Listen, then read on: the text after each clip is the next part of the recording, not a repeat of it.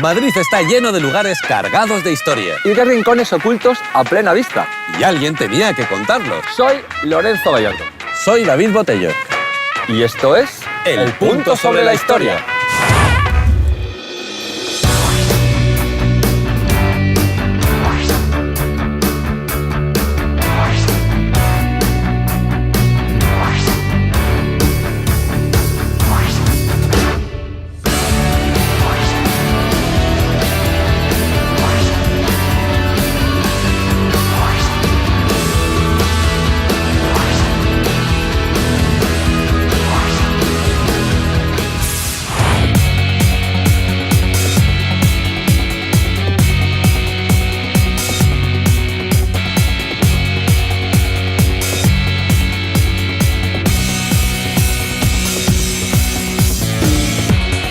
Hoy vamos a pedalear más bien poquito porque nos hemos venido a dar un paseo por la Edad Media de Madrid y sin necesidad de máquina del tiempo. Como somos más chulos que un 8, nos basta con coger las bicicletas y dar un paseíto a pie por la Plaza de la Villa.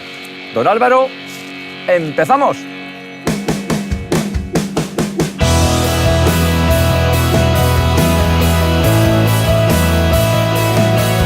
Esta plaza tan insigne, tan inolvidable y tan inmortal es la Plaza de la Villa.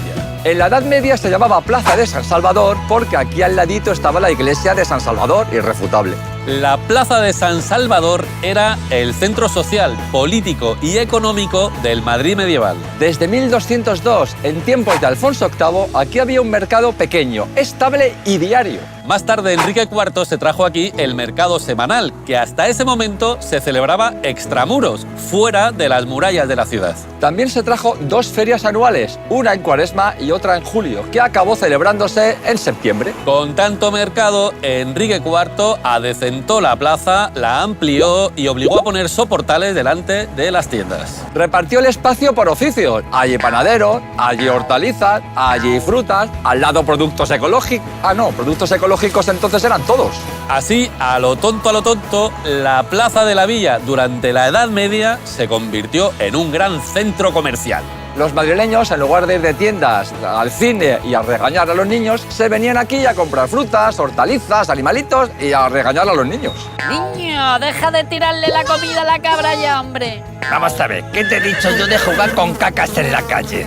Ven acá para que no molestes a ese señor que te va a pegar la peste. Bueno, ya veis que las dinámicas familiares no cambian nunca. La Plaza de la Villa es un punto.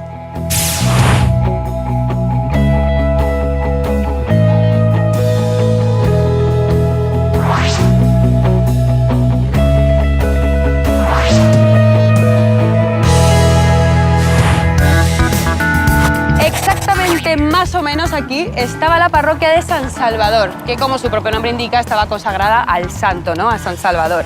Aparece en el fuero de 1202. Era modestita, tenía una portada así también discretita con la imagen del santo, pero que fuera modesta no significaba que fuera poco importante, porque aquí estuvo enterrado mi dramaturgo en verso favorito, el autor de La vida es sueño, Calderón de la Barca. Fue la primera iglesia donde enterraron a Calderón de la Barca, pero luego al pobre lo enterraron y lo desenterraron 6 veces más hasta que al final extraviaron su cadáver. Una cosa curiosa es que la torre y el campanario y el reloj pertenecían al ayuntamiento, pero luego os contaré que en este edificio, además de una función religiosa, también se cumplía una función civil muy importante. Pero antes, quiero hablaros de la torre. Esta torre era tan famosa que aquí situó la acción el novelista Luis Vélez de Guevara de su novela El Diablo Cojuelo. Y de eso quería yo hablaros. ¿Del Diablo Cojuelo? Cojuelo? El Diablo Cojuelo es un personaje legendario de la mitología castellana. Es un diablo que, lejos de ser maligno, era como muy travieso, ¿no? De hecho, fue el primer ángel caído. Y como fue el primero, todos los demás diablos se le fueron cayendo encima y al final lo estropearon y lo dejaron cojo. Ay, de ahí pobre. lo del Diablo Cojuelo, ¿no? Y como estaba todo el rato haciendo chascarrillos y bromas, al final se hartaron de él y se lo dieron a un astrólogo para que lo encerrara en una vasija de cristal y quitárselo de en medio, porque era muy pesado. También era el favorito de las hechiceras del siglo XVI, que lo invocaban mucho en sus conjuros para atraer a los hombres y para atraer al amor. Y el hechizo decía así: Señor Cojuelo, que hagáis a mi amado que se abrace solamente a mí, y que me quiera y que me ame, y que si es verdad que me ha de querer, que ladre como perro, que rebuzne como asno y que cante como gallo. Pero bueno, si por algo pasó a la historia de Madrid realmente la iglesia de San Salvador, es porque aquí se reunían los madrileños en concejo, en lo que se conoce hoy en día como el ayuntamiento. De hecho, de ahí deriva la palabra concejal. Era como la asamblea general de vecinos. ¿Cómo se les convocaba? Pues como no existía el WhatsApp, pues nada, le tocaba a sacristán a ir para arriba y a golpe de repiqueteo de campana les llamaba a todos. Normalmente lo hacían los domingos después de la misa, porque ya que venían, pues mataban 2 pájaros de un tiro, ¿no? Y se solían reunir en el atrio, en el corral o en una salita capitular que tienen dentro, yo me imagino que dependiendo de las inclemencias del tiempo.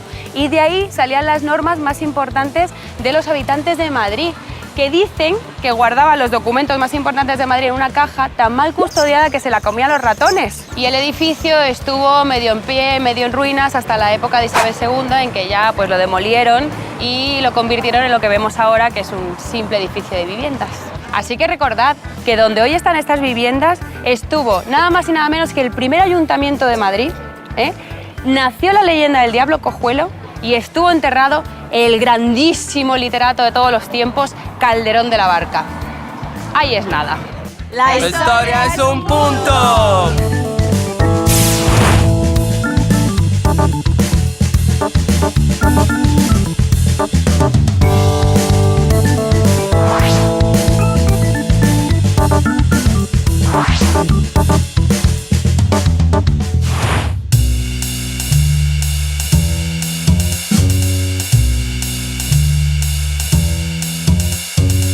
Estamos en la plaza de San Salvador, porque para los madrileños tiene que ser la plaza de San Salvador, plaza importantísima en el medievo madrileño.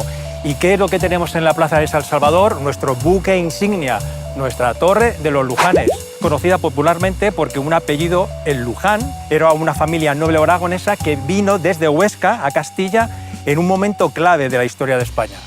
Este hombre, junto con un grupo de nobles aragoneses, un tal Miguel de Luján, se unió a una coalición de fuerzas cristianas que querían combatir la invasión almohade y lucharon en la batalla de las Navas de Tolosa, con triunfo, lógicamente, de las tropas cristianas.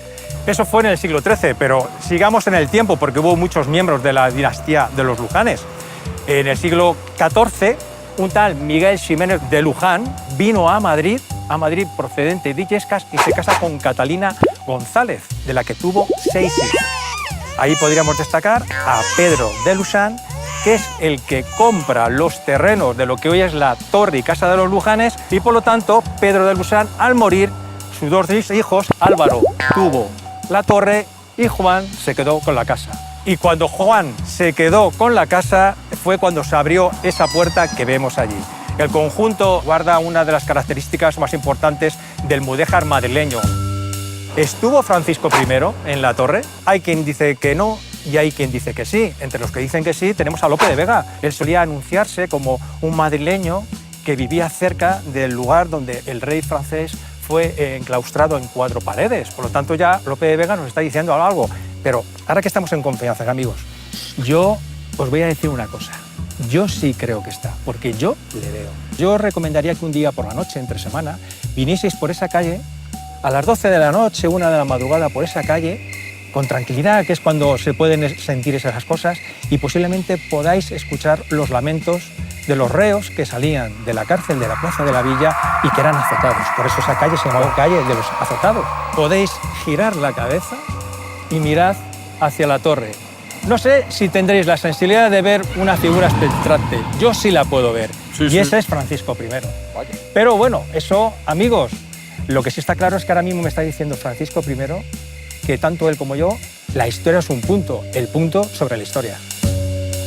La historia es un punto.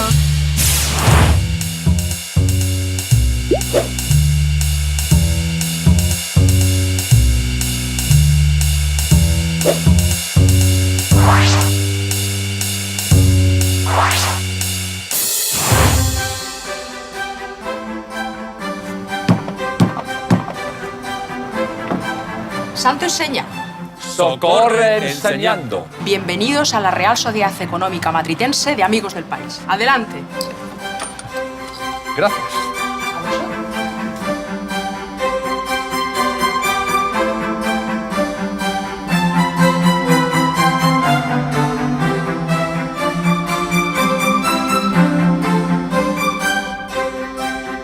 estáis en la sede de la Real Sociedad Económica Matritense de Amigos del País. ¿Sabéis cuándo se fundó? En 1775. En ese momento tenemos a un monarca ilustrado ocupando nuestro trono, que es el rey Carlos III, que aquí lo tenemos detrás. Y bueno, cuando los Borbones llegan a España, a principios del siglo XVIII, se encuentran con que tienen que trabajar mucho si quieren desarrollar económicamente el país. El soporte poblacional es absolutamente pobre. La gente no está formada, no tiene educación, por lo tanto, eso habría que cambiarlo. Así que, entre otras instituciones, crean las Reales Academias como centros de investigación de alto nivel y las Reales Sociedades Económicas de Amigos del País. La diferencia entre unas y otras es que las Reales Sociedades Económicas eran como universidades de ciencia aplicada. Aquí investigábamos en el siglo XVIII, se investigaba sobre métodos de agricultura para que la gente trabajase de una manera más eficiente. Pero la idea era aplicar al día a día todas estas investigaciones y formar a la gente para que tuviera una profesión, pero de una manera que a mí me gusta mucho. Nuestro lema es Socorre enseñando. Yo llevo la medalla colgada de la institución con la Real Banda de Carlos III en celeste y blanco y aquí veis que pone Socorre enseñando, ¿eh? Esto de socorrer enseñando a la población lo hacíamos siempre en ambiente de fraternidad. Es decir, vamos a formar a la ciudadanía para que sean capaces de convertirse en clase media, que sean profesionales, con base en dos pilares, la cultura y la fraternidad. La Real Sociedad Económica Matritense de Amigos del País siempre ha sido muy cercana a la ciudadanía, muy cercana a las clases más desfavorecidas. Aquí tuvimos colegio para sordos, escuela para ciegos, escuela de taquigrafía. Hemos tenido a madrileños muy ilustres que han pasado por nuestras salas, como por ejemplo Mariano José de Larra.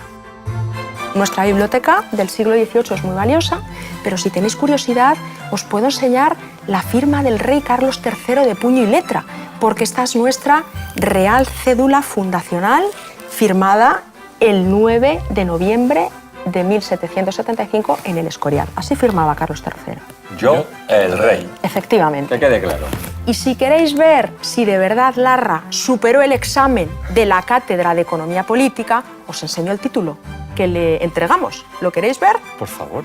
Mirad, aquí está, ¿eh? Don Mariano José de Larra pasó por nuestras aulas. Hemos tenido presidentes muy ilustres. En el sillón presidencial se han sentado Jovellanos, Campomanes o Floridablanca. Os preguntaréis qué hacemos hoy en la Sociedad Económica Matritense de Amigos del País. Pues lo que hemos hecho siempre, socorrer enseñando. Hacemos conciertos, hacemos muchas conferencias. ¿Sabéis a quién invitamos hace un par de semanas? ¿A quién? A los amigos de El Punto sobre la Historia. Y estuvieron aquí sentados Estuvieron hablando. aquí sentados hablando. Pues ya sabe la ciudadanía madrileña que en la Plaza de la Villa número 2, entrada por la calle del Codo, tiene su casa, la Real Sociedad Económica Matritense de Amigos del País. Sois bienvenidos a participar en todas nuestras actividades. La historia es un punto.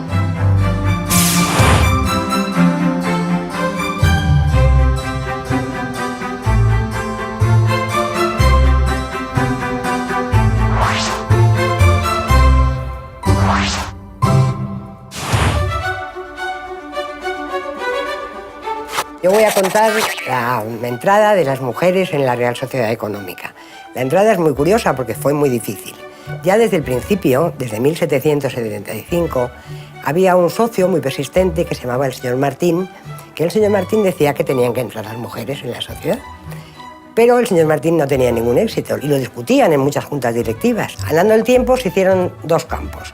Uno que lo defendía Jovellanos, que era que entraran las mujeres en la sociedad económica, y otro era Cabarrús, que era ministro, que decía que ninguna mujer podía entrar en la sociedad económica. Y que además, si estaban solteras, pues iban a entrar en la época de su mayor hermosura. Y entonces no podía ser. Y estaban casadas, las casadas tenían que estar en su casa y no zascandileando por la calle haciendo no se sabe qué. Total, que entre Jovellanos, con no menos argumento peregrino, le decía a Jovellanos: pero no se preocupe, señor Cabarrús, no se preocupe. Las mujeres entrarán, pero no las frecuentarán la sociedad. El recato las alejará de sus reuniones. Y bueno, entraron 10 años después, en 1786. Algunas no sabían ni leer ni escribir, ¿eh? Pero entraron todas y ayudaron muchísimo a la Real Sociedad con la Junta de Damas y sobre todo con cosas muy curiosas, que es que esto no lo sabe nadie.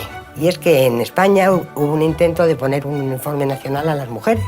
Lo mismo que hubo con Esquilache, coger la capa y el sombrero, pues hubo un intento de poner un uniforme a las mujeres. Y se hizo desde la Sociedad Económica para ver si lo metían. Y la Junta de Damas fue la que dijo no. Además, ese traje nacional era muy gracioso porque iba como los soldados.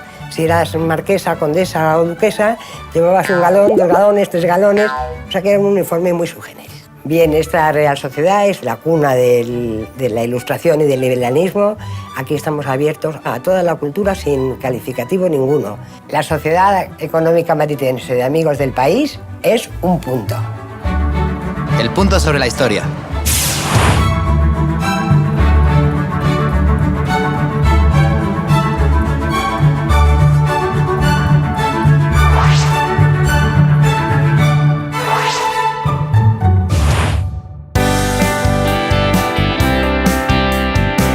Esto que tenemos el honor de tener entre las manos son ejemplares originales de la primera edición de la Enciclopedia de las Enciclopedias, la Enciclopedia Diderot. Bueno, tenemos los pelos, hablo por los dos, como escarpias. Su título original traducido es Enciclopedia o Diccionario Razonado de las Ciencias, las Artes y los Oficios. Es la obra más representativa de la Ilustración. La idea surgió cuando André Le Breton, un editor francés, quiso traducir la Enciclopedia Británica. Se lo encargó al matemático Jean d'Alembert y al filósofo Denis Diderot. D'Alembert y Diderot no se limitaron a hacer una traducción, no. Tardaron 21 años en crear una obra original que sirviese de inspiración a toda Europa. Y vaya si lo consiguieron. Para ello siguieron el espíritu filosófico, científico y crítico del siglo de las luces. Colaboraron unas 150 personalidades de la talla de Montesquieu, Rousseau o Voltaire, y al final acabó siendo una obra de 35 volúmenes. Un proyecto tan titánico dio mucho trabajo. André Le Breton necesitó más de 1000 obreros y otros 3 editores. La enciclopedia desafiaba a la fe católica y clasificaba la religión como una rama de la filosofía. No te creas que, ojo. La nobleza, el clero y los jesuitas trataron de impedir su publicación. Menuda novedad. Para empezar, consiguieron que se prohibieran los 2 primeros volúmenes. Después apareció en el famoso índice de libros prohibidos de la Iglesia. No vaya a ser que el pueblo aprenda algo. Por último, las autoridades francesas censuraron varios volúmenes ya publicados y prohibieron que aparecieran más tomos. Nada de esto consiguió detener las intenciones de Le Breton, Diderot y d'Alembert y consiguieron terminar su proyecto finalmente en 1772.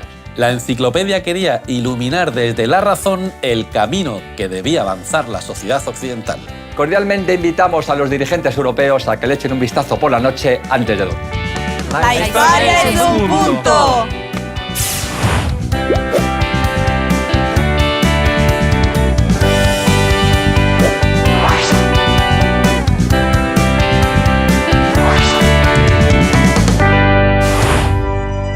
Este señor tan jovencito, de cara tan alargada y nariz tan generosa es Carlos III. Este es uno de los pocos cuadros que existen de Carlos de jovencito.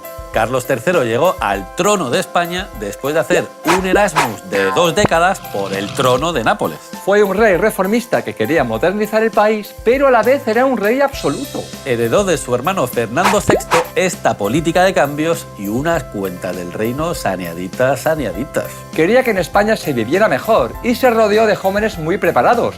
Florida Blanca, Olavide, Campomanes. Potenció la obra civil. Renovó la armada y la agricultura. Creó la lotería y correos. Creó unas ayudas para atender a las viudas y huérfanos de guerra. Puso en marcha un plan de estudio moderno de la universidad y la Escuela de Artes y Oficios. Pero si algo fue Carlos III, fue un rey aburrido.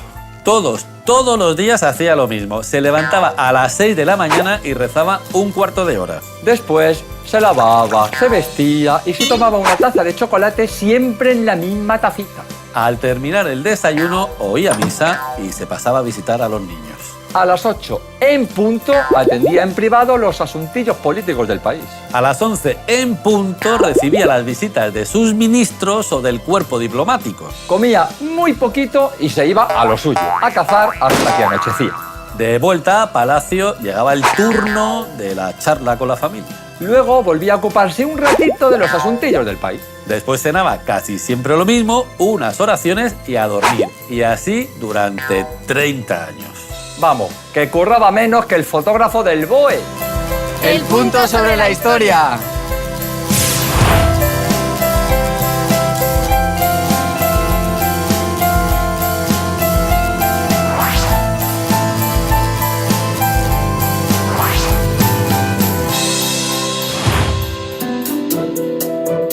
Esta joyita tan encuadernada, tan bien informada y tan con olor a historia es la Gaceta de Madrid, el primer periódico de información general de España. Si vivías en el Madrid del siglo XVIII y querías estar informado, tenías que leer esta publicación. Su primer nombre era facilísimo de recordar. Relación o Gaceta de algunos casos particulares, así políticos como militares, sucedidos en gran parte del mundo hasta finales de 1660. Que ya me imagino yo la situación. Perdone, buen hombre, ¿le queda la relación de Gaceta de algunos causas particulares así? Anda, ahí va el periódico. Anda, que como deje a los clientes decir el nombre completo, vendo 5 al día. La Gaceta fue cambiando de nombre hasta que se quedó como Gaceta de Madrid, que fue el nombre con el que estuvo hasta el final de sus días. Como no todo el mundo pensaba que era un medio independiente del todo, pues se empezó a acuñar esa frase de miente más que la Gaceta. La frase viene de la Guerra de Sucesión. Un buen día la Gaceta dejó de llamar rey al rey Felipe V y llamó rey a su archienemigo, el archiduque de Austria. Aunque la Gaceta nació como una iniciativa privada, Carlos III se la quedó para la corona.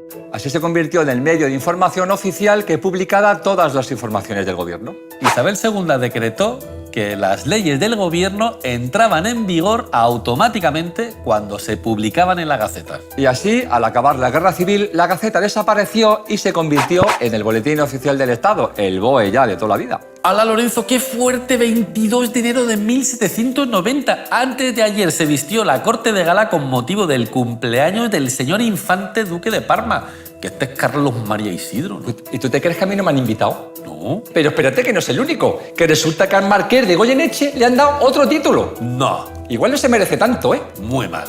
Y por fin ha salido la suscripción a la obra intitulada La Pública Felicidad, escrita en italiano por Luis Antonio Moratori. Pues mira, me quitas un peso de encima, ¿eh? Porque en casa somos muy de este señor. Pero espérate, que no van a ser todo buenas noticias. Pues ¿no te crees tú que en Esmirna sabe que le oró la peste? No. Yo que pensaba ir allí de vacaciones. Pues ya no. En Miami también vemos el punto. El punto sobre la historia.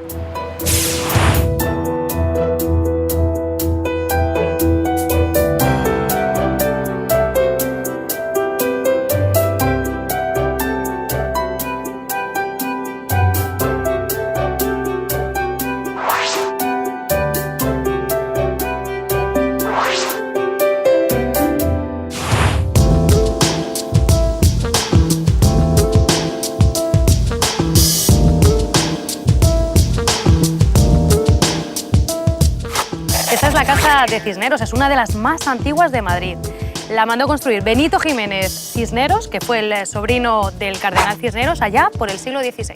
Por esta casa han pasado personajes tan ilustres de la historia como el conde de Romanones, que nació aquí, y también el ministro de Hacienda de Carlos III, Pedro Rodríguez de Campomanes. Y aquí murió el general Narváez, el político del siglo XIX que fue presidente. ¿Sabéis cuántas veces? No. Nada más y nada menos que 7 veces. Y Narváez se montó uno de los chanchullos más escandalosos de la historia al juntarse con el marqués de Salamanca y con Fernando Muñoz, que era el marido secreto de la regente María Cristina. Y entre los tres manejaban todo el cotarro. Tenían información privilegiada, subvenciones y dinerito extranjero. Se quedaron con el monopolio de la sal. Había más ferrocarril del que se necesitaba. Y además, uno de los boom más sonados, un pelotazo total en cuanto a la construcción, fue el barrio de Salamanca. Menudo pájaro fue Narváez. Antonio Pérez, secretario de Felipe II y amante de la princesa de Éboli. Estuvo aquí, pero no estuvo disfrutando de la vida en un balneario ahí. ¡Ay, qué gusto! No. Estuvo preso porque estuvo involucrado en el asesinato de Escobedo, secretario de Juan de Austria. Y no os imagináis cómo se escapó de aquí. Vino la mujer a verlo. Supuestamente tuvieron ahí un vis a vis o unas relaciones, nadie sabe, pero consiguió quedarse con la ropa de la mujer, vestirse de mujer y darse a la fuga. ¿Cómo te quedas? Topicueto. Y una vez vestido de mujer, coge el caballo y hasta Aragón. Claro, en Aragón, con la que tenía montada, dice Felipe II, te mando a la Inquisición. Y entonces él, que escuchó que la Inquisición llegaba a Aragón, dijo, uy, yo me monto en mi caballo hasta Francia, que se fue. Allá por donde estaba montaba una y dijo, en Francia no puedo estar. ¿Dónde me voy a trasladar? Se fue a Inglaterra. A ser espía, nada más y nada menos, con Isabel I. No. Sí, sí. Y era un espía que estaba encima en contra de España. Y fíjate si estaba en contra de España, que les pasó información privilegiada a los ingleses para atacar Cádiz. Y desde Inglaterra, aparte de ser espía, se dedicaba a escribir. Pero a escribir en contra de los españoles. Uno de los que peor le caía era Felipe II, y por eso le escribió un libelo. Se inventó una noticia que llegó a traspasar fronteras. Felipe II liado con la princesa de Éboli. Ah, que esto viene de Antonio Pérez. Pero Antonio Pérez el culpable. Era falso. Era falso, era falso. Recordad que si venís por el centro de Madrid, esta plaza de la Villa es un punto. Y la Casa de Cisneros está llena de historia. La historia es un punto.